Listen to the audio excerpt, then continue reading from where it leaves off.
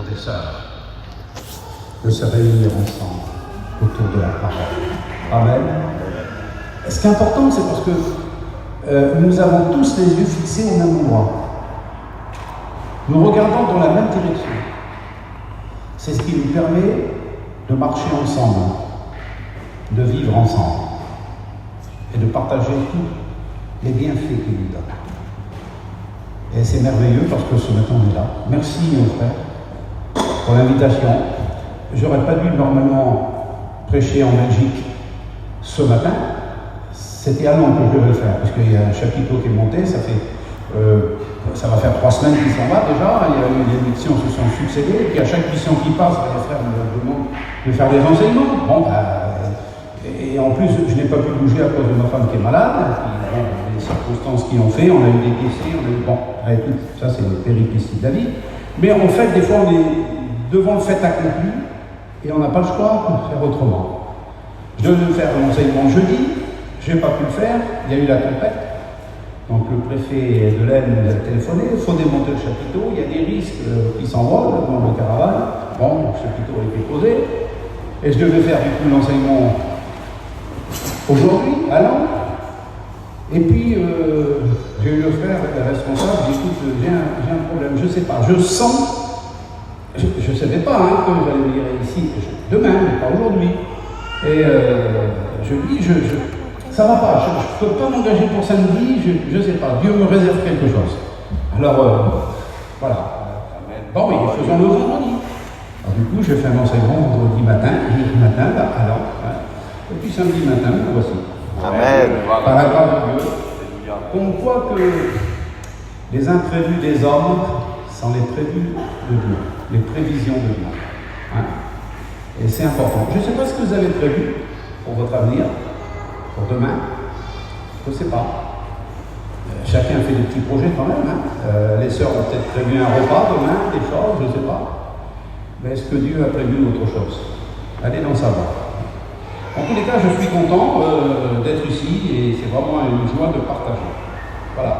Alors, on va partager la parole. Mais vous pensez bien, il y a l'écriture.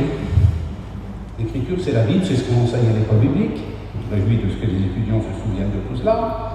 Et il va falloir vous en souvenir toute votre vie. Ça ne veut pas d'oublier. Mais il y a parfois des pensées précises que Dieu nous donne par rapport à l'écriture, parce que toute l'écriture est inspirée de Dieu. Elle est inspirée de Dieu, donc on ne peut pas la discuter. On ne peut pas la remettre en cause. Vous pouvez remettre en cause ma parole. Jojo, vous pouvez remettre en cause. Comme on peut remettre en cause les frères et sœurs qui sont là. Mais la parole de Dieu, on ne peut pas la remettre en cause. Elle est inspirée de Dieu. Elle est entièrement digne de confiance. Amen. Et c'est merveilleux. Alors j'avais préparé un petit sujet ce matin. Et je sens qu'il faut que je fasse autre chose. Ça vous aime pas? Amen. Je me laisse conduire, c'est toujours la parole. Amen. C'est toujours la parole. Alors avant de prier, je vous fais 2-3 petites lectures. Parce que c'est important de lire la Bible. Actes des Apôtres, chapitre 1er. Jésus parle à ses disciples. Il y a les 12, enfin pas les 12, il y en a 11. Il n'y en a que 11. Parce qu'il y en a un qui a été perdu en cours de route. Vous connaissez l'histoire. Et puis, il y a tous les autres, parce qu'ils ne sont pas que 11. Ils sont dans la chambre haute un petit peu plus tard, ils sont 120. Dès le chapitre 1er, verset 4, Jésus donne un conseil important. Comme il se trouvait avec eux,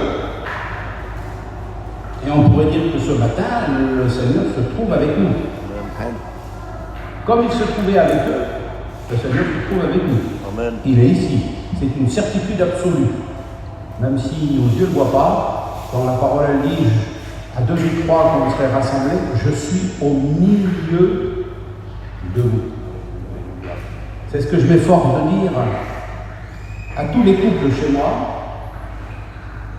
Il est important qu'un couple se réunisse, parce que savez-vous que les couples, l'homme et la femme, quand ils sont unis ensemble, qui sont chrétiens tous les deux, ils forment la plus petite église du monde. La première église du monde. Jésus a dit dans sa parole, quand vous serez réunis à 2 ou 3. Et ça commence avec 2. Quand vous serez réunis. Alors je suis. Et c'est important que nos foyers, voyez, nos foyers, soient en capacité d'accueillir la présence de Dieu. La présence de Jésus. C'est l'autre le plus important de l'existence. Quand il est présent dans une vie, c'est quelque chose de merveilleux. Voilà, alors comme il se trouvait au milieu d'eux, donc il leur fait des recommandations, quoi de plus logique. Un père fait des recommandations à ses enfants, normal. Il leur recommanda de ne pas s'éloigner de Jérusalem. Je vous rappelle que Jérusalem, c'est la ville du culte. C'est la ville de l'adoration. C'est la ville du sacrifice. C'est la ville de la paix. Parce que Jérusalem veut dire paix. C'est important. Il ne faut pas s'en éloigner. Mais il dit, et ça c'est ce petit mot qui m'a attiré mon attention, mais d'attendre ce que le Père avait promis. Ce que le Père avait promis. D'attendre ce que le Père avait promis. Hébreux chapitre 10, chapitre 1, verset 6 et verset 10. Car Dieu, nous dit le texte, car Dieu, c'est Hébreux chapitre 6, verset 10. Moi je les ai écrits sur mon papier pour que ça aille plus vite pour les lire, mais je vous laisse quand même le temps de vérifier dans votre Bible que ce que je vous dis est exact. Car Dieu n'est pas injuste pour oublier votre travail et l'amour que vous avez montré pour son nom. Écoutez bien. Ayant rendu et rendant encore des services aux saints, c'est-à-dire des services à l'Église, des services aux serviteurs de Dieu, aux chrétiens, à ceux qui sont autour de vous. Dieu n'est pas injuste pour oublier tout votre travail. Important. Ça s'adresse à celui qui travaille pour Dieu, qui a travaillé pour Dieu, qui peut-être a été ralenti ou arrêté pour des raisons quelconques. Peu importe. Dieu n'est pas injuste pour oublier. Ésaïe 49, verset 14. Ça, c'est un autre verset encore. 49, verset 14 et 15.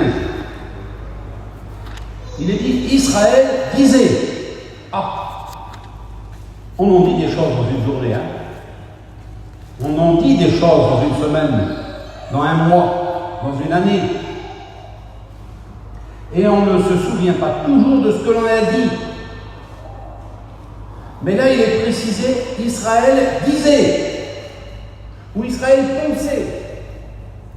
C'est-à-dire que Israël pensait à voix haute, c'est qu'elle pensait en secret. Ah oui, c'est de l'abondance du cœur que la bouche parle. Et Israël était en train d'exprimer.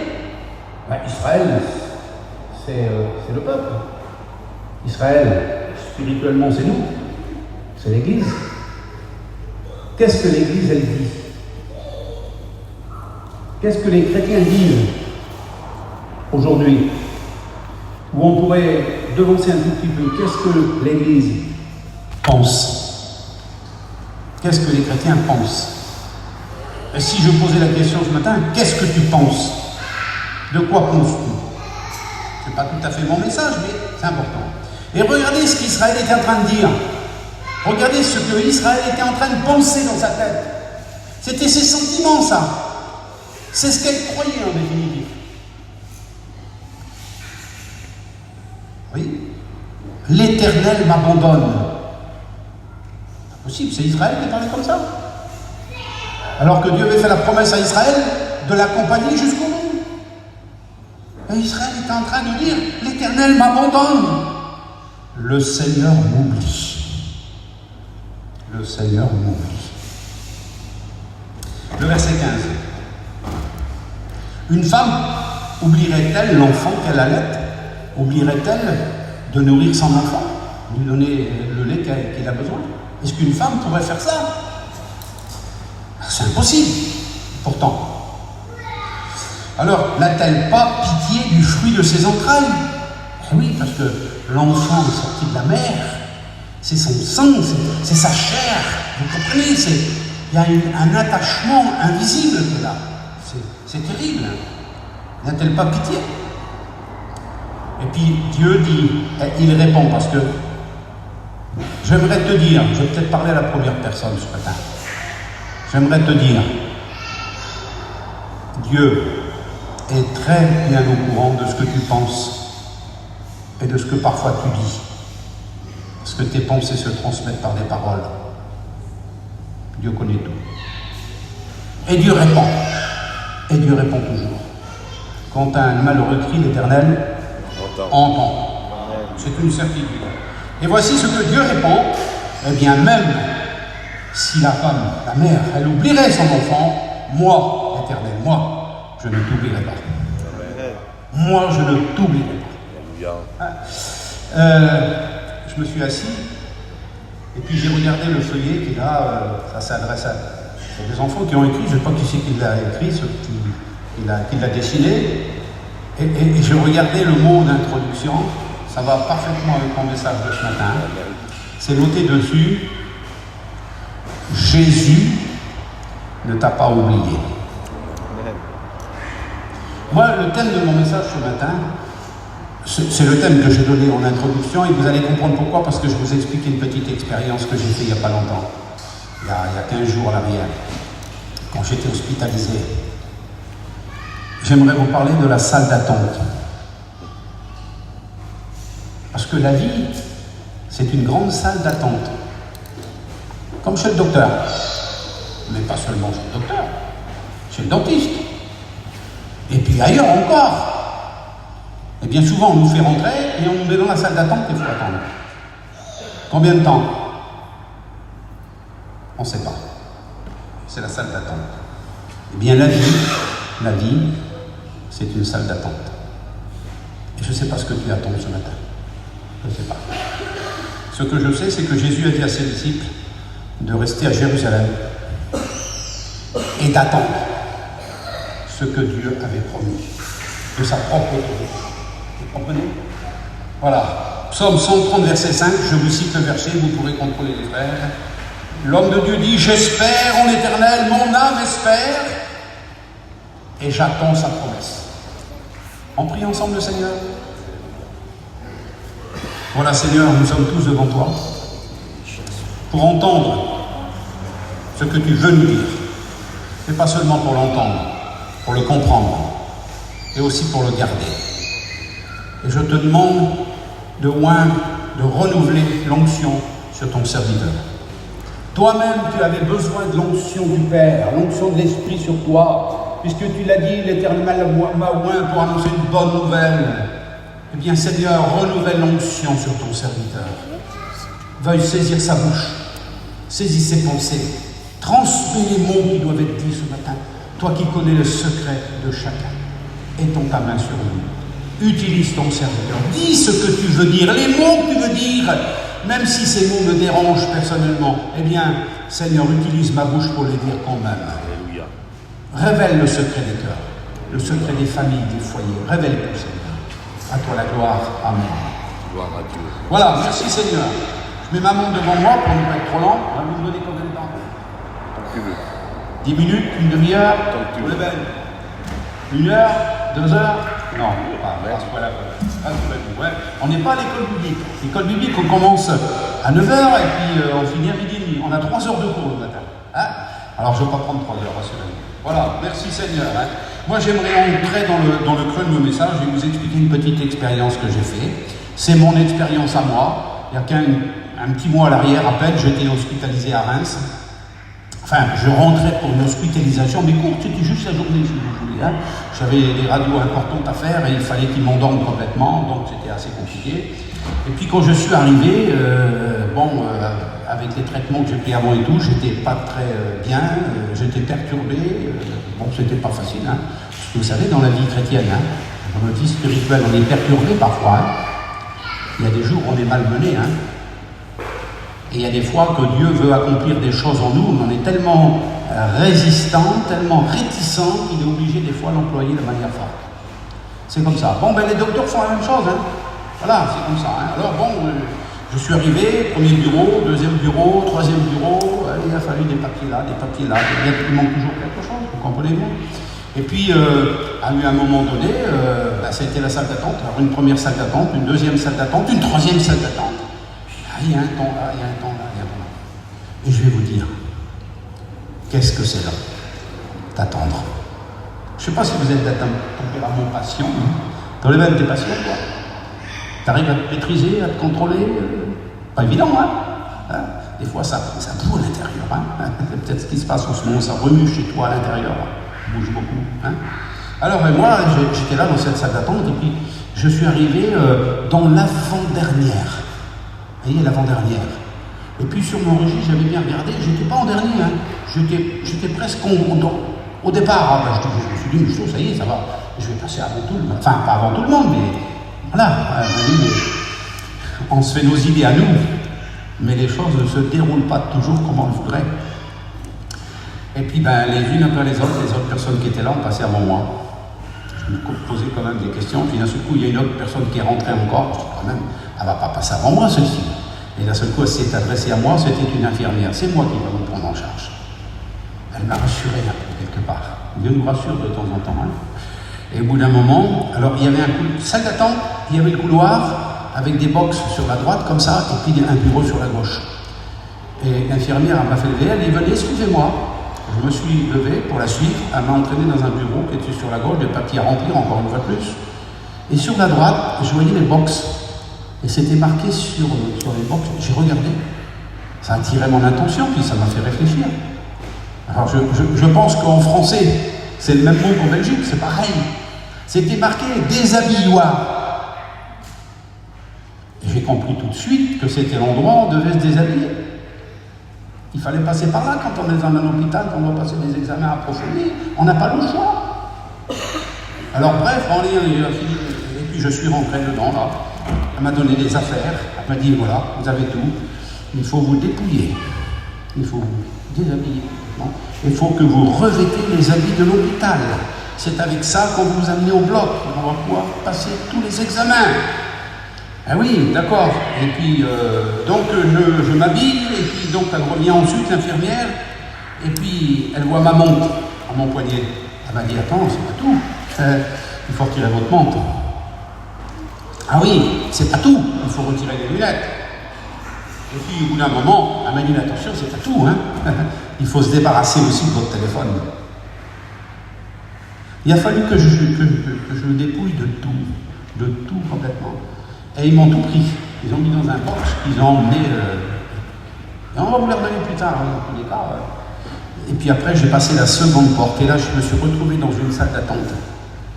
Et il y avait plein de gens qui étaient là, des vieux, des jeunes, des blancs, des noirs, il y avait des gens de tout horizon qui étaient là. Vous voyez? Et tout de suite, ça m'a fait penser à l'église. Je me dis, tiens, on est à l'église. Et vous dites, il y a des gens qui viennent de partout dans l'église.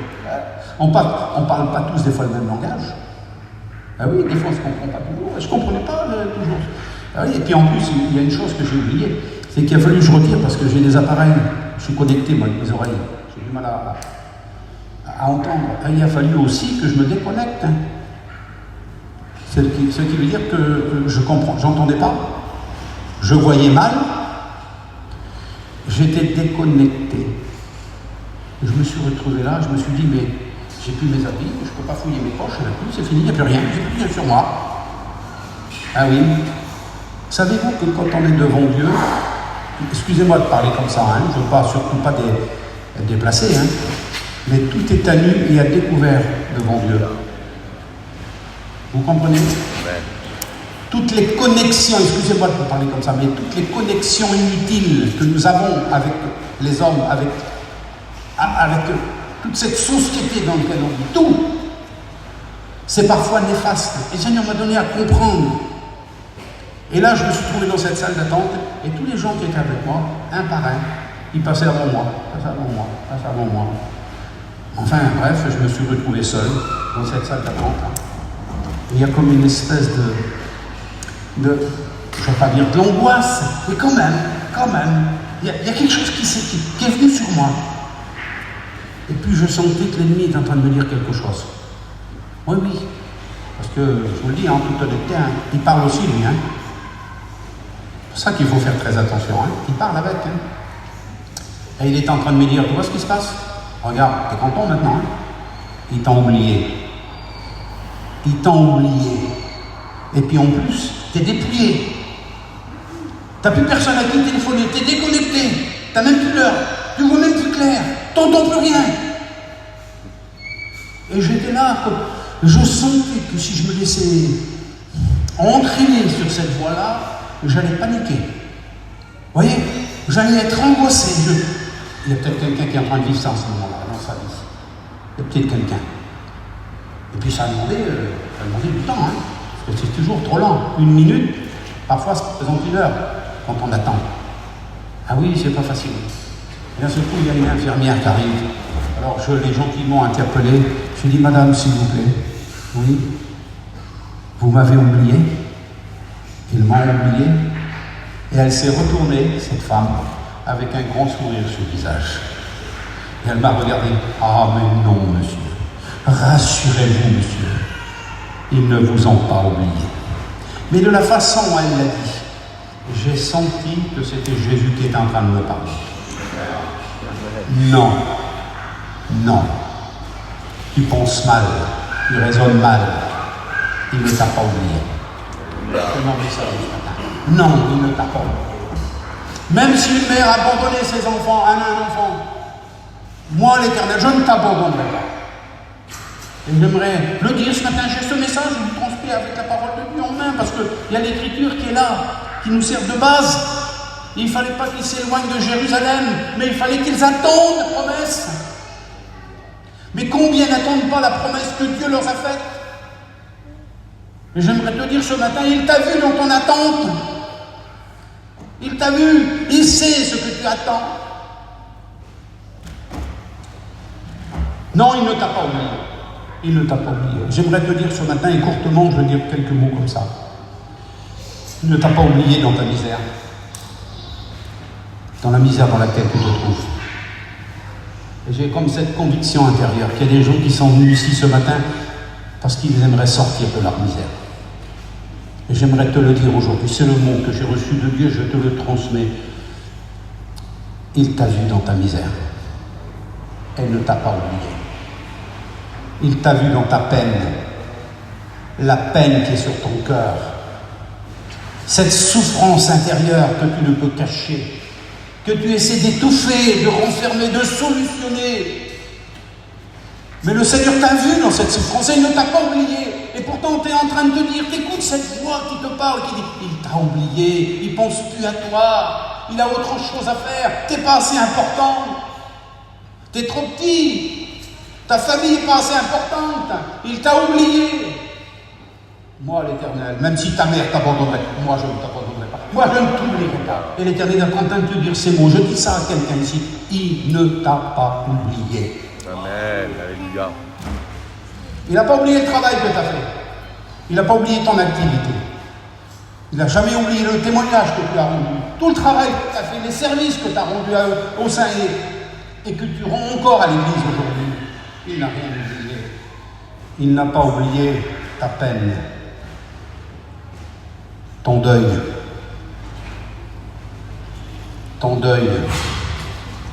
la séparation que tu as subie, la solitude que tu es en train de vivre, le Seigneur ne l'a pas oublié. Amen. Il n'oublie personne. Vous comprenez? Et puis il y a une autre pensée qui me vient à l'esprit, je suis obligé de la dire ce matin. Il ne t'a pas oublié dans tes conflits, dans les conflits que tu es en train de vivre. Et tu es en train de vivre des conflits familiales, un conflit intérieur, une division, une séparation avec tes frères, avec tes copains d'activité. Non, le Seigneur est en train de le dire et il répète, il ne t'a pas oublié dans tes conflits. Il est là pour solutionner ton problème. J'ai eu l'occasion de parler aux étudiants et je leur dis souvent parce que j'ai parlé des conflits justement, je ne sais pas si vous l'avez eu l'occasion de l'avoir, les étudiants en première année, je ne me rappelle plus. Vous savez, les conflits touchent tout le monde. Vous savez qu'il y a un conflit dans le ciel. Il n'y a pas que sur la terre qu'il y a des conflits. Hein. Aujourd'hui, il y a des grands conflits sur la terre. Vous avez vu Israël avec l'Iran, l'Ukraine avec la Russie. Trump, on ne sait même plus ce que c'est qu'il veut. On ne sait plus qui est son ennemi. Hein. On ne sait plus, on ne fait plus rien. Ils sont un petit peu désaxés, là, c'est très difficile. Il y a des conflits partout. Mais il y a aussi des conflits spirituels. Et ce que j'ai dit aux étudiants, je vous le dis ce matin, le plus difficile, c'est pas d'entrer dans un conflit. Rentrer dans un conflit, ça demande une seconde. Qu'est-ce qu'il veut? Qu'est-ce qu'elle a dit, elle? Une petite réflexion. Il a passé devant moi, il m'a pas dit bonjour, il m'a pas salué. Une petite chose de rien. Et hop, on rentre dans un conflit. C'est très très facile de rentrer dans un conflit. Peut-être que tu es rentré dans un conflit, mais le plus difficile, c'est pas de rentrer dans un conflit, c'est d'en sortir. Vous vous rendez compte ce que je suis en train de dire ce matin? Je sais que c'est en accord avec la parole. Amen.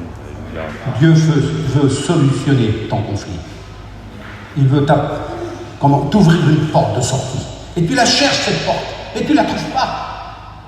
Tu la cherches, mais tu la cherches mal. Le chemin de la porte de sortie, c'est l'humiliation. C'est la repentance. C'est avouer. Celui qui avoue cette transgression obtient miséricorde. Et dans le mot miséricorde, on trouve le mot misère. Ça nous parle de quelqu'un que Dieu a sorti de la misère. La maladie, c'est parfois une misère. Mais elle n'est rien par rapport à la misère d'un conflit. Le deuil, c'est grave. Pas plus grave. On pleure, on se lamente, les familles sont déchirées. C'est très compliqué, ça laisse des traces indélébiles, c'est ineffaçable. Mais on arrive à en sortir parce que Dieu est capable de consoler les cœurs brisés. Mais quand on est dans un conflit, c'est une misère beaucoup plus grande. Parce qu'elle ne touche pas une personne, elle en touche au moins deux. Parfois une famille, parfois deux familles, trois familles, des familles entières. Je connais en France une famille qui sont rentrés dans un conflit il y a à peu près 40 ans. Ils n'en sont pas sortis encore. Et dernièrement, il n'y a pas très longtemps, qu'un garçon de 19 ans, on a payé encore les conséquences. Presque 40 ans plus tard. Très difficile de sortir d'un conflit. Alors, vous savez, le plus simple, c'est de ne pas rentrer dans le conflit. Amen. Eh oui, il vaut mieux passer, excusez-moi l'expression, pour rien, pour un rien, plutôt que de rentrer dans un conflit. Alléluia. Parce qu'on peut rentrer dans un conflit par orgueil, par refus de passer pour avoir tort alors qu'on a raison. Quelle importance si on a raison puis qu'on nous donne tort. L'essentiel, c'est de garder sa stabilité dans le Seigneur, son équilibre. Alors vous voyez, il nous a vus, il nous voit dans nos peines, dans nos misères, mais il nous voit dans nos conflits, parce que malheureusement nous sommes des hommes et des femmes, nous sommes des êtres humains, et très facilement on rentre dans ces conflits. Voilà, je suis en train de dire des choses qui parfois c'était pas tout à fait prévu, mais je crois qu'il y a une inspiration. Amen. Parce que je crois à l'écriture, à la parole, compte tenu nous lisant, mais je crois aussi à l'inspiration de la prédication. Et c'est très important. Il t'a vu dans tes peines, dans tes souffrances, dans tes conflits. Il te voit aussi dans tes combats. Tes combats sont rudes en ce moment. Et tu aurais tendance à baisser les bras. Parce que Dieu nous voit dans tous les combats. Les choses, on lutte pour rester debout. Et la vie, c'est un combat continuel. Pour rester debout, dans la foi. D'ailleurs, l'Écriture dit que celui qui est debout, qu'il prenne garde de ne pas tomber. Important, hein, c'est la parole qui le dit. Il t'a vu dans tes blessures. Parce que quand on est au combat, on subit des blessures. Parce que vous savez qu'il y a une différence entre une maladie et une blessure. Une blessure, elle est suscitée par quelqu'un. Elle est suscitée par des combats, par des luttes. Et il y a peut-être des gens qui sont blessés ici. blessé par une parole, blessé par une réflexion, blessé par une attitude, blessé par une incompréhension, ou parfois, je vais peut-être plus loin dans mes propos, blessé par une maladresse, parce que des fois, on se blesse soi-même par une maladresse, par un mauvais langage, par une mauvaise attitude, par un refus, par orgueil de la solution. Voilà ce que Dieu est en train de me dire, c'est pour ça que je vous le dis. Amen. Dieu t'a vu, et là c'est personnel. Dieu t'a vu dans tes retranchements. Vous savez ce que c'est quand quelqu'un, il campe sur une position. Parce que le mot retranchement, ça veut dire quelqu'un qui s'exclut, qui se met à l'écart. Ça veut dire se séparer. Et au lieu de vivre la communion avec l'Église, la communion avec ses frères. Moi, je connais des gens, un converti, c'était ça. Ils ont eu des conflits à répétition et puis ils ont fini par se retrancher sur eux-mêmes, par s'exclure de tout. Et puis, plus personne ne les a vus pendant des dizaines d'années. Ils ne parlaient plus à personne. Ils ont créé une séparation. Parce que le mot retranchement, ça veut dire s'exclure des autres. Camper sur la défensive. Vous avez remarqué ? À un moment donné, il y a certaines personnes, on ne peut plus leur parler. On ne peut plus rien leur dire. Un peu comme un chat, quand on s'approche, il sort les griffes. Et il y a des personnes qui ont créé des barrières autour d'eux. On ne peut plus les approcher. Alors ils se plaignent, plus personne vient chez moi. Mais dès qu'on les entend parler, ils sont mécontents, ils sont en colère, il y a de l'agressivité. Ils s'excluent eux-mêmes. Vous voyez ? Et ils pensent même que Dieu les a oubliés. Mais Dieu ne t'a pas oublié dans tes retranchements. Quand tu es renfermé chez toi et que tu broies du noir et que tu murmures et que tu parles. Dieu ne t'a pas oublié. Ne crois pas qu'il t'a oublié. On va parler encore après, vous allez voir. Dieu t'a vu dans tes retranchements, dans ton barricadement. Tu t'es muré autour de toi. Tu t'es replié sur toi-même. Tu as créé des barrières autour de toi. Et plus personne ne peut t'approcher. C'est peut-être un miracle que tu sois là ce matin à écouter la parole qui est annoncée. Et je crois à l'inspiration de cette parole. Amen, amen. J'en suis convaincu. Alléluia, Seigneur. Alors, je vais donner maintenant quelques exemples bibliques. Parce que les exemples bibliques sont importants. Ça parle des versets de la Bible. Oui, il ne t'a pas oublié, je le confirme. Il ne t'a pas oublié dans ton travail, mon frère, ma sœur. Tout ce que tu as fait, tout ce que tu as accompli. Tu penses que tout est oublié. Non, non, non, non, non. Il y a un salaire pour tout le monde. Il y a un salaire pour toute activité. Et ça, c'est important de le rappeler ce matin. Alors, j'aimerais te dire ce matin, Dieu n'a pas oublié Jonas dans le ventre du poisson. Pourtant, je peux vous dire que personne n'était au courant qu'il avait été avalé par un poisson. Tout vivant. Avalé. Englouti. Vous savez que Jonas, c'est l'homme qui est descendu le plus profond dans la mer. Personne d'autre avant lui et personne d'autre après lui n'est descendu aussi profond dans la mer. On ne peut pas descendre. J'ai écouté les sous-marins, j'ai examiné un petit peu, je me suis renseigné. Même les sous-marins atomiques, là, vous savez, qui restent pendant des mois et des mois au fond de la mer, maximum c'est 300 mètres. Au-delà, ils implosent. Ils implosent, ils n'explosent pas, ils implosent. Parce qu'il y a une pression énorme au fond de la mer, et un sous-marin, comme il est creux à l'intérieur, il ne peut pas résister. Il implose. Il s'écrase sur lui-même. Peut-être que ce matin, j'emploie le mot peut-être parce que moi je ne connais pas les secrets, mais Dieu connaît. S'il dirige sa parole comme ça, c'est parce qu'il sait pourquoi. Peut-être que ta vie, elle a implosé. Peut-être que ton foyer a implosé. Il n'a pas explosé. Parce qu'il y a des gens qui ne savent même pas autour. Ils ne savent même pas ce qui s'est passé. Mais toi, tu le sais.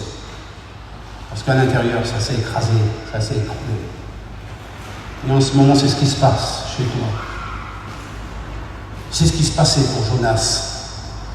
Qui pouvait savoir ce qui était en train de se passer dans la tête de Jonas? Alexis, qu'est-ce que tu en penses? Personne. Parce que je veux dire qu'à l'époque, Jonas n'était pas le seul prophète en Israël. Il y en avait d'autres. Élie pensait qu'il était seul. Et Dieu a été obligé de dire, mais tu te trompes, Élie. Il y en a 7000 autres qui n'ont pas fléchi les genoux devant Baal. J'aimerais te dire, tu n'es pas le seul chrétien à souffrir. Tu n'es pas le seul chrétien à être en colère. Tu n'es pas le seul chrétien à être trompé. Tu n'es pas le seul chrétien à avoir mal jugé. Et puis tu n'es pas le seul chrétien à souffrir. Tu n'es pas le seul chrétien à être méprisé, à être critiqué. Non, non, non. Il y a des milliers de personnes qui passent par le même chemin que tu passes. Mais tout le monde n'a pas la même réaction et la même attitude. Tu es en train d'imploser, tu t'écroules sur toi-même. Les autres te voient bien, debout, tu passes pour être vivant, dit l'Écriture. Mais en réalité, la vie intérieure, elle n'est pas très vivante. Ce sont des paroles dures, mais c'est important. Mais la réalité, c'est que Jonas... D'ailleurs, il y a des personnes qui pensent que Jonas est mort quand il est descendu dans le ventre du poisson, qu'il était avalé. Pourquoi il était mort? Ben oui, il était mort à la vie du monde, à la vie la collectivité. Il n'existait plus, c'était fini. D'ailleurs, si on avait posé la question au capitaine du bateau et aux passagers du bateau, aux soldats du bateau, les matelots, ben ils auraient dit c'est fini, il est mort Jonas. C'est fini, il a été englouti. Et oui, il avait été englouti. C'était sans compter sur Dieu, qui lui n'oublie pas ses serviteurs. Bien comprendre que si Jonas a été là, c'est à cause de lui. Il est le seul responsable. Et vous savez que Jonas aurait pu chercher des excuses chez les autres. Vous comprenez? Mais il payait le résultat de sa désobéissance. Si seulement Jonas avait obéi, Dieu lui avait dit, va à Ninive. L'Éternel parle à Jonas, il dit, va à Ninive, la grande ville écrit contre elle. Et lui, au lieu d'aller là, il va là. Dieu t'a demandé de dire, t'a demandé de faire, tu as fait autrement. C'est important la parole de Dieu. Amen. Eh bien, malgré la désobéissance de Jonas, Dieu ne l'a pas oublié. J'aimerais te dire ce matin, je ne sais pas, peut-être tu as commis un péché, peut-être je ne sais pas ta situation, je ne la connais pas, je sais une chose, c'est qu'ici, il n'a pas oublié Jonas dans le ventre du poisson, au plus profond de la mer, parce que vous savez que la mer, elle peut descendre jusqu'à 12 km de profondeur. La Méditerranée, moins, à endroit jusqu'à 6 km. Et on sait que Jonas, c'est en Méditerranée. Hein, ça, c'est sûr, de toute manière. Mais, puisque c'est à Japon, hein, il a rentré, ne trompe pas les frères, hein, c'est ça, hein, il a monté dans le bateau. Hein. Donc c'est la Méditerranée, ça peut descendre jusqu'à 6 km de profondeur. Peut-être pas descendu jusqu'à là, mais on ne sait pas, plusieurs kilomètres. Vous savez que le seul cétacé capable d'avaler un être humain et qu'il puisse continuer à vivre, le seul poisson, bien poisson, mais c'est un cétacé, c'est un cachalot. Et un cachalot, j'ai écouté un jour une émission par rapport à ça, ils peuvent descendre jusqu'aux racines des montagnes, jusqu'au fond des montagnes, là où il y a une nourriture abondante. Alors, ça leur intéresse, ils descendent dans les profondeurs, mais après avoir avalé Jonas, il a certainement avalé une grosse bouffée d'oxygène, parce qu'ils ont besoin de remonter à la surface pour avaler de l'oxygène. Et ensuite, ils descendent dans les profondeurs. Notre Dieu, le Dieu des miracles. Amen. Il t'a vu, comme il a vu Jonas.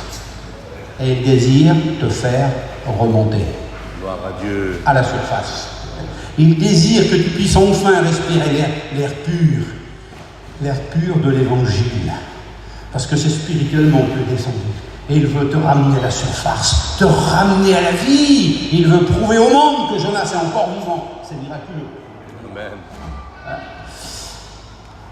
J'exagère? Non. Il a donné une seconde chance à Jonas.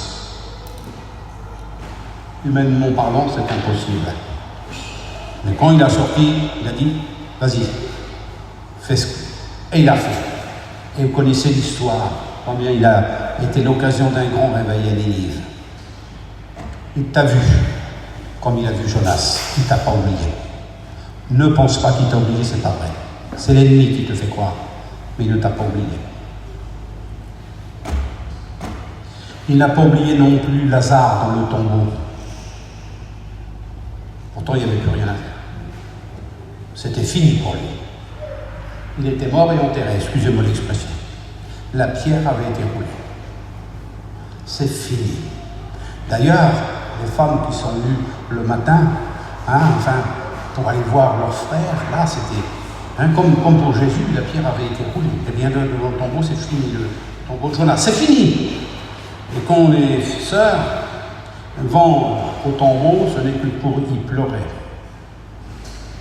Pas pour se réjouir, pas pour chanter, pas pour exprimer leur joie, mais pour exprimer leur pleurs. J'aimerais te dire ce matin qu'il ne t'a pas oublié, comme j'ai dit tout à l'heure, il ne t'a pas oublié dans ton deuil. Il n'a pas oublié Lazare dans le tombeau. Mais au moment voulu, après ce temps d'attente, Jésus est arrivé. Et j'aimerais te le dire ce matin, Jésus est là. Jésus arrive. Il ne t'a pas oublié. Il a encore pensé à toi. Et il pensait encore à Lazare. Ah oui, parce que, vous connaissez, le message est arrivé, le temps que le messager arrive vers Jésus. Le temps qu'il vienne, mais il n'est pas parti tout de suite. Combien de jours après, je crois 3 jours ou 4 jours 3 jours. Quatrième, 3 jours. 3 jours. Le 1, 2, 3. Est-il arrivé le 4e jour au matin? Je ne sais pas, mais toujours été que 3 jours qu'il est venu. Je ne sais pas, ça fait combien de temps que tu attends. Mais ce que je peux te dire, c'est que Jésus, il a passé 3 jours et 3 nuits au tombeau. Le 3e jour, selon le temps d'attente que Dieu avait déterminé, il est ressuscité. Gloire à Dieu. Alléluia. Il est ressuscité. Et aujourd'hui, il veut te sortir de ce tombeau spirituel dans lequel tu te trouves. J'exagère, je veux dire. Y aurait-il des hasards spirituels au milieu de nous? Dieu est capable d'accomplir encore le miracle. Moi, je crois à la résurrection spirituelle. Amen. Dieu est capable de ramener à la vie en toi ce qui s'est éteint. Dieu est capable de rallumer la lumière et tu peux briller encore à nouveau. Dieu est aussi le Dieu de la deuxième chance. Et Dieu relève. Merci Seigneur. Il n'a pas oublié donc Lazare dans le ventre du poisson, dans sa misère à cause de sa désobéissance. Il n'a pas oublié Lazare dans le tombeau. Oui. J'aimerais te dire aussi, c'est qu'il n'a pas oublié Paul dans sa tempête. Vous savez, quand Paul traversait la mer, ils ont subi une tempête de 14 jours. Et Dieu avait parlé à Paul. Et Dieu avait un plan pour Paul, comme il a un plan pour toi. Paul n'était pas seul dans le bateau, ils étaient comme 76 personnes, si je ne me trompe. Et pendant 14 jours, la tempête a soufflé. D'ailleurs, ils ont été obligés de, désarmer le bateau. Ils ont toutes les agrès du navire, tout ce qui était utile pour le bon fonctionnement du navire. Il a fallu qu'ils s'en débarrassent. C'est ce qui est écrit dans le texte. Ce qui veut dire qu'ils n'avaient plus moyen de naviguer, plus moyen de se diriger, plus moyen de contrôler la situation. Parce que quand on arrive à un moment donné que la tempête est si forte, on ne peut plus contrôler la situation. Y aurait-il quelqu'un en ce moment-là, ici, au milieu de nous ce matin, qui est en train de vivre cette situation? Il n'y a plus de direction pour le bateau. Ils savaient qu'un jour ou l'autre, ils allaient soit sombrer ou atterrir quelque part. Mais comment? Dans quelles conditions?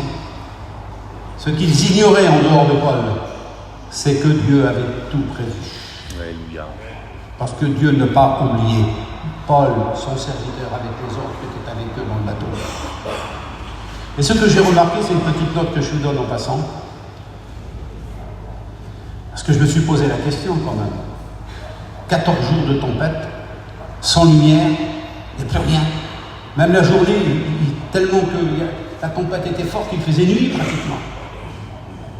Très difficile, 14 jours sans manger. Je voudrais lire les textes, vous allez voir. Acte 27, 14 jours sans manger. Ça fait combien de temps que tu as perdu l'appétit?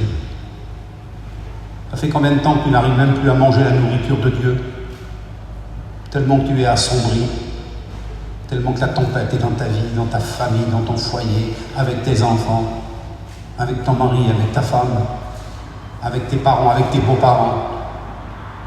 La tempête souffle fort et c'est très difficile d'en sortir. Et ce que j'ai remarqué quand même dans ce récit d'écriture, c'est que même en pleine tempête, le bateau continue à avancer. Alléluia. Est-ce que vous comprenez ça?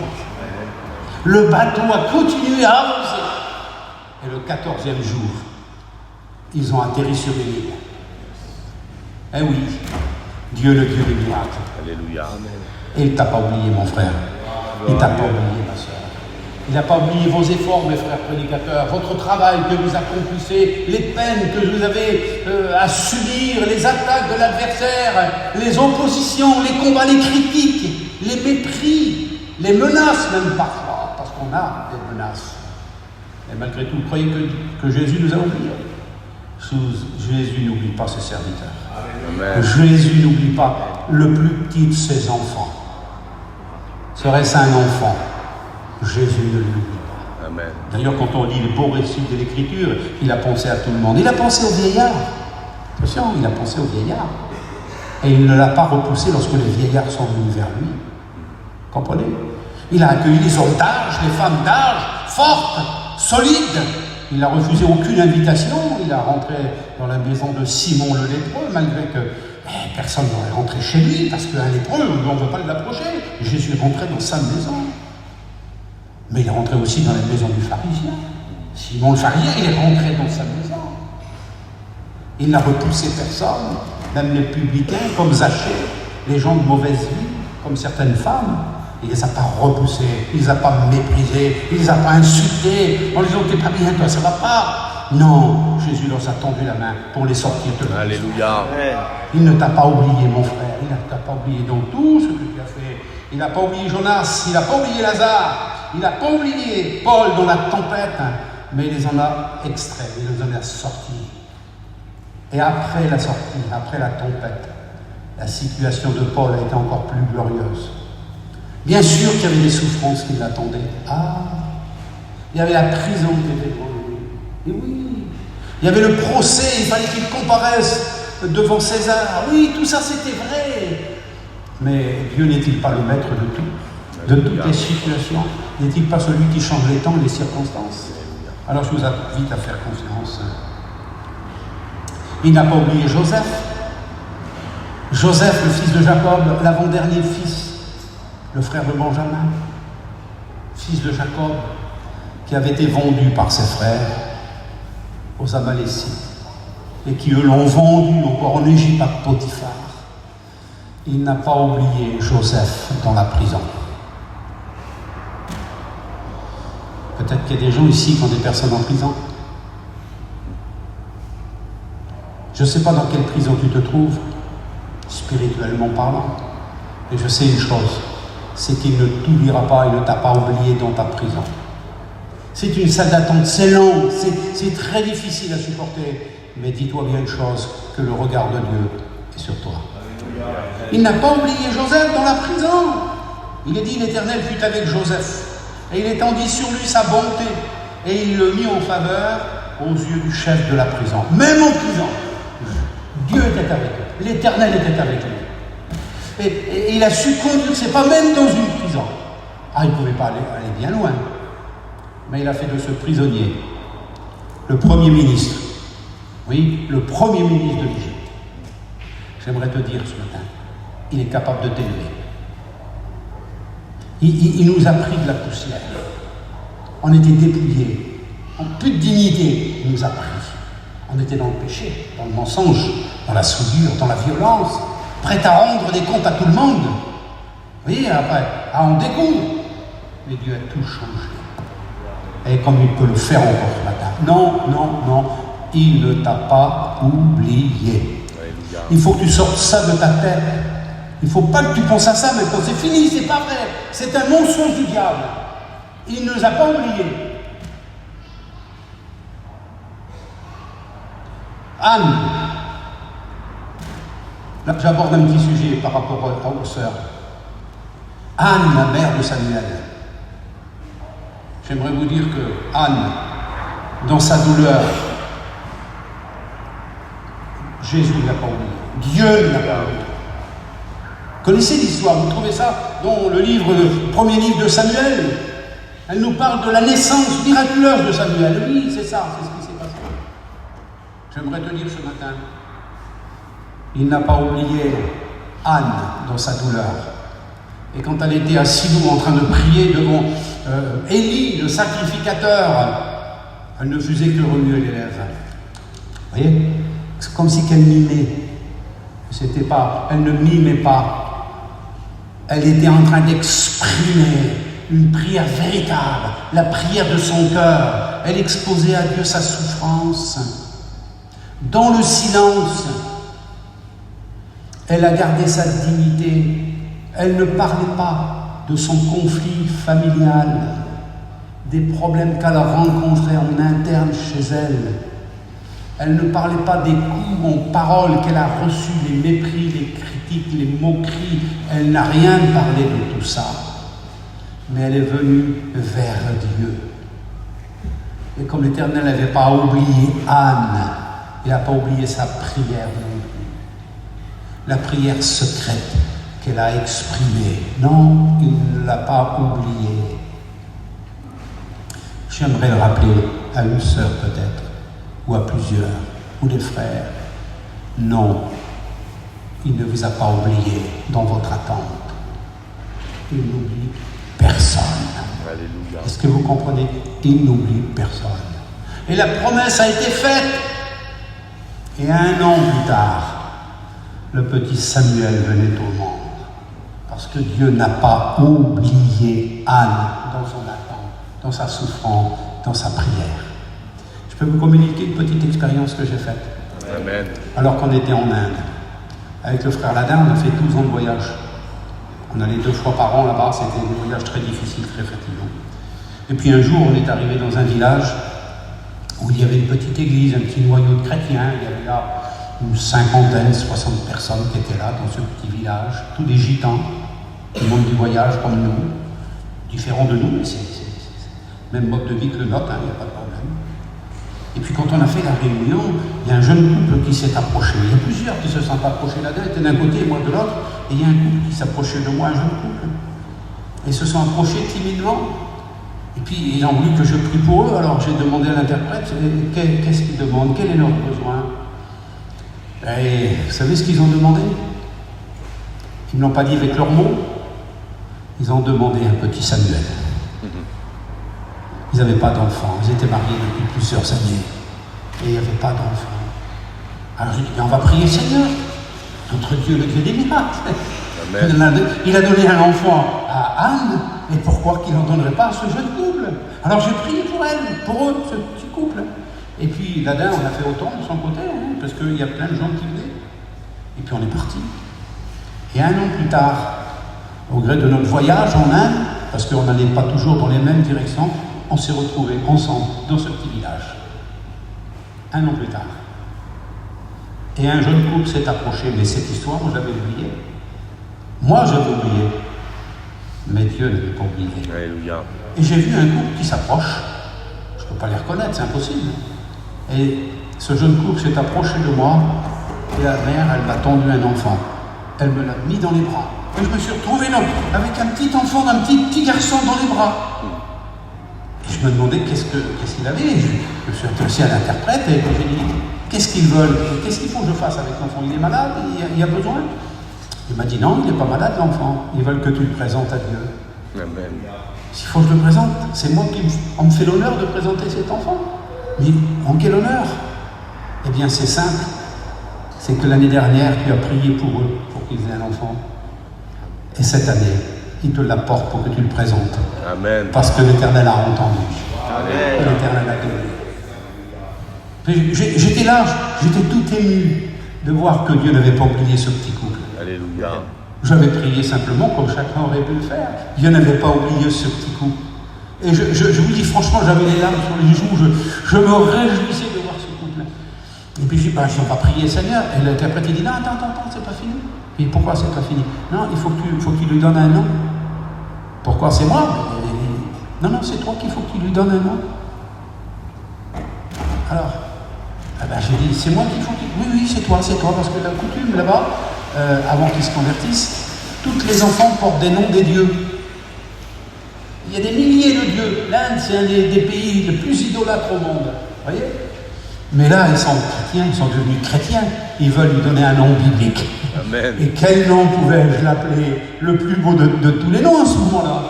Je lui dis, on va l'appeler Samuel. L'Éternel a entendu. Amen. Vous voyez? Et à ce moment-là, derrière ce couple-là, 2-3 personnes derrière, il y avait une femme âgée, plus âgée qu'eux, et elle a poussé un cri. Mais alors, comme un cri, ça m'a fait sursauter. J'ai dit, mais qu'est-ce qu'elle a, cette femme? Et l'interprète s'est renseigné. C'était la mère.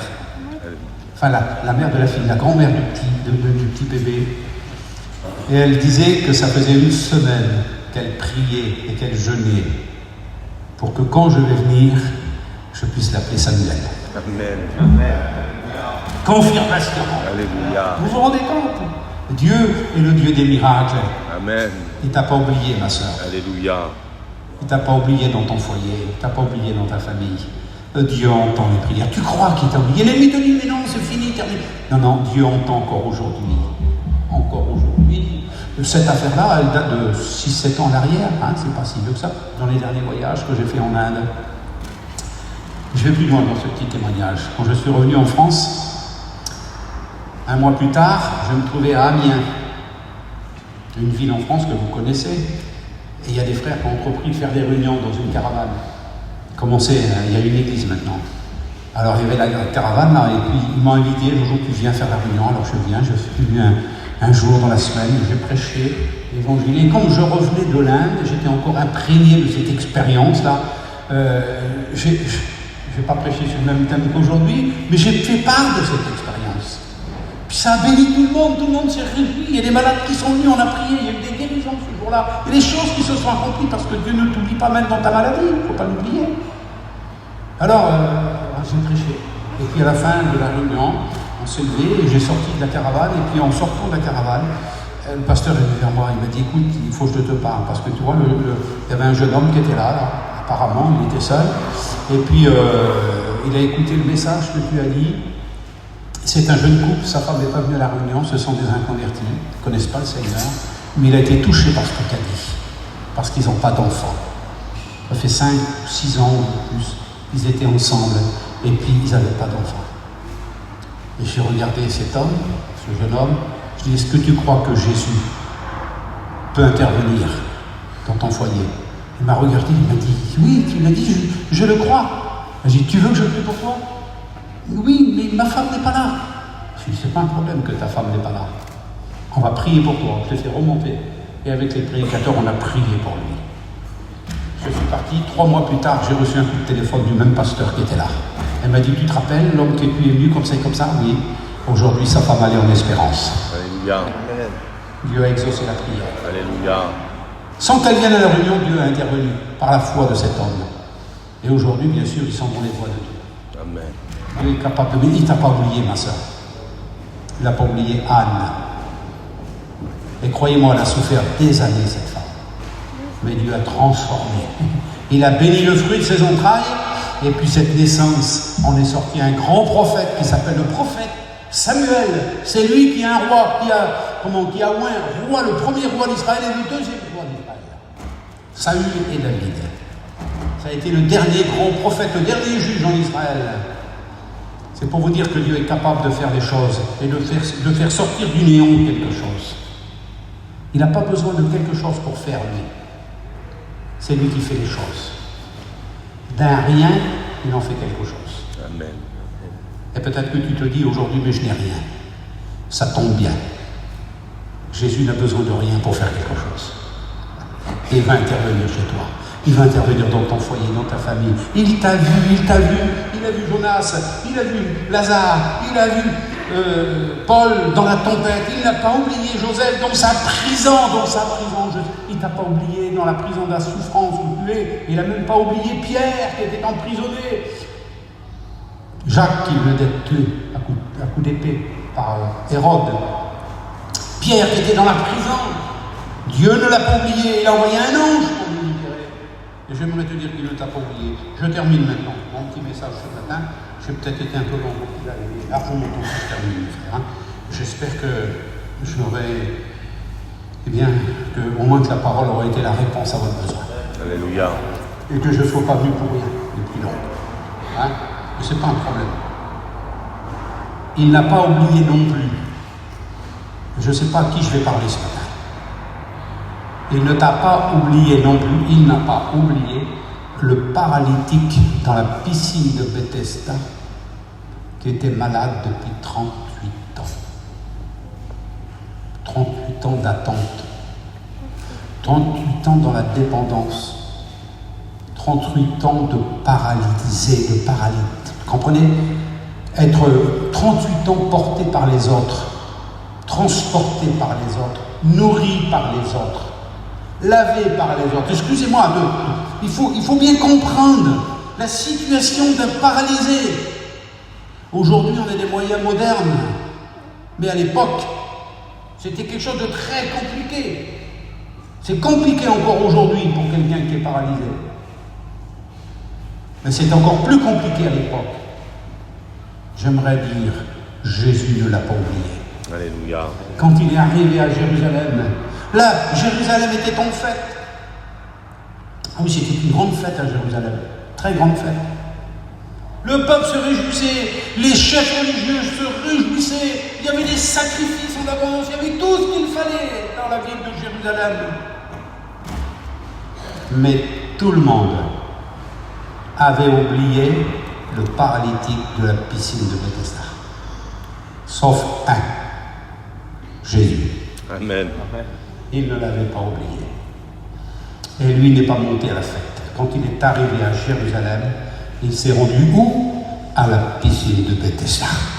Parce qu'il savait que là, il y avait un homme qui depuis 38 ans avait besoin de lui. Il ne l'a pas oublié. Tu crois qu'il t'a oublié? Peut-être que tu vis un handicap. Ou peut-être que c'est pas toi qui vis un handicap, c'est quelqu'un de ta famille. Tu es en train de vivre un handicap dans ton foyer, dans ta petite famille. C'est très difficile. Et j'en ai dans ma famille, moi. J'ai ma nièce qui pleure pour son fils depuis 50 ans. C'est terrible. C'est une souffrance insupportable. C'est un désespoir. C'est une salle d'attente qui est très longue. Et c'est dans la misère. J'aimerais te dire, il ne t'a pas oublié dans ton handicap. Parce que, vous savez, je me penche un instant là-dessus, parce que j'en ai fait un jour un sujet d'étude, quand j'ai parlé de la maladie et de la paralysie. C'est que je me suis rendu compte, et ceux qui le vivent le savent, une personne paralysée, elle paralyse toute la famille. Vous comprenez? Quelqu'un qui vit un handicap dans une famille, ce n'est pas une personne, c'est une famille qui vit ce handicap. Et je sais que Dieu est capable d'accomplir des miracles. Il ne t'a pas oublié dans ton handicap, dans ce que tu subis, dans tes souffrances. Il a intervenu dans la vie de ce paralytique. Je crois qu'il est capable d'intervenir aussi pour toi. J'ai pris cet exemple pour bien comprendre. Alors vous avez compris la palette d'exemples. Et Dieu m'a conduit dans ce domaine-là. Il n'a pas oublié Jonas à cause de sa désobéissance. Dans le ventre du poisson, il est intervenu. Et Dieu a écouté sa prière. Du sein de ma détresse, j'ai invoqué l'Éternel et l'Éternel m'a répondu. Et j'aimerais te le dire ce matin, si tu cries de tout ton cœur de ta détresse, Dieu est capable de te répondre. Parce qu'il ne t'a pas oublié. Il ne t'a pas oublié. Il a une mémoire très saine. Je peux vous le dire. Il n'a pas oublié Lazare dans le tombeau, même s'il n'y a plus d'espoir. Tu dis, il n'y a plus d'espoir, c'est fini, terminé. Détrompe-toi. Dieu n'a pas dit son dernier mot. C'est lui le maître. Tu comprends? Il n'a pas oublié Paul dans la tempête, même si ça souffle fort. Et peut-être qu'en ce moment, dans ta vie, dans ton foyer, dans ta famille, ça souffle fort. Tu ne vois plus rien. C'est les ténèbres. Tout est brouillé. Fais confiance à Dieu, qui ne t'oublie pas. C'est là où tu es. Tu comprends? Il n'a pas oublié Joseph dans sa prison des années. Alors, je ne me suis pas penché exactement sur le nombre d'années que Joseph est resté en prison. Mais il a été pas mal de temps en prison, hein, Joseph. Hein? à cause d'une parfaite injustice, à cause de la haine et de la jalousie de ses frères. Parce que tout ça, c'est la conséquence de la jalousie des autres. Ah, c'est pas facile. Mais il ne l'a pas oublié. Et il a su le délivrer, et il a su l'élever au temps convenable. Et il lui a confié des grandes responsabilités. Croyez pas, hein? Il est capable de prendre un homme, il est dans la poussière, dans la misère, il est capable de le transformer, de le changer, bien sûr, et de le former, et de lui donner des responsabilités. C'est Dieu qui fait ces choses. Comprenez? Il n'a pas oublié Joseph, il n'a pas oublié Anne, comme je dis tout à l'heure, il n'a pas oublié ton foyer, tracasse-toi, les promesses en venir. Autant voulu Dieu accomplira ses promesses. C'est une certitude de toute manière. Et puis il n'a pas oublié le paralytique. Il n'a pas oublié la souffrance familiale et toutes ses conséquences. On va prier ensemble le Seigneur. Et j'aimerais vous encourager maintenant un instant dans la prière. Je ne sais pas moi comment les frères vont faire. Après ils auront le programme en main. En tous les cas, le Seigneur m'a donné ce message pour que je vous le transmette. Alléluia. Seigneur, merci pour ta parole. Merci parce que tu es le Dieu qui n'oublie pas. Lorsque tu sais, tu n'oublies jamais. Lorsque tu